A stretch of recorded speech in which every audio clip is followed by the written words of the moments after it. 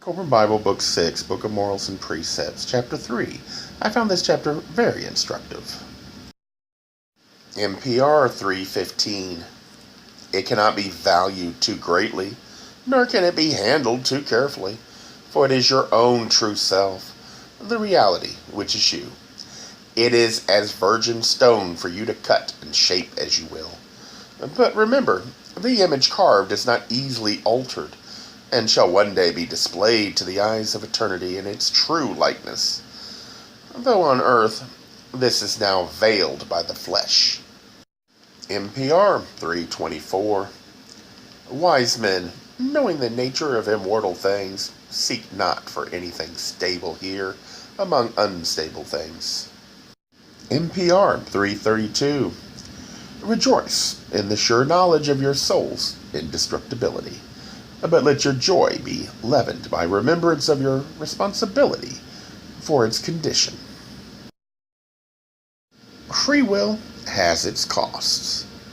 That is why I do not believe in any God that would forgive the predator or sin for money and fake words, while leaving the victim to struggle with the aftermath.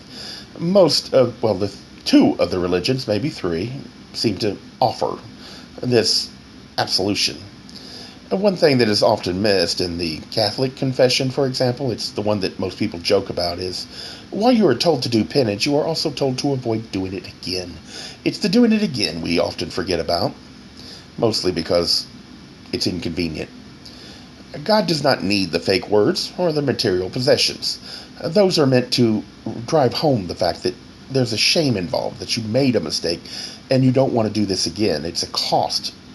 It's a consequence of your actions. I believe the mark is permanent.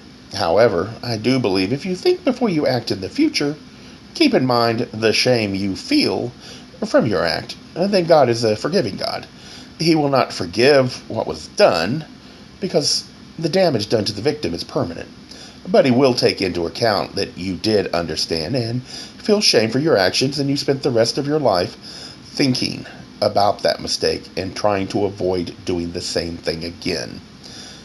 It is the best you can hope for. God gave us free will. He fully understands we will make mistakes, but the marks are permanent.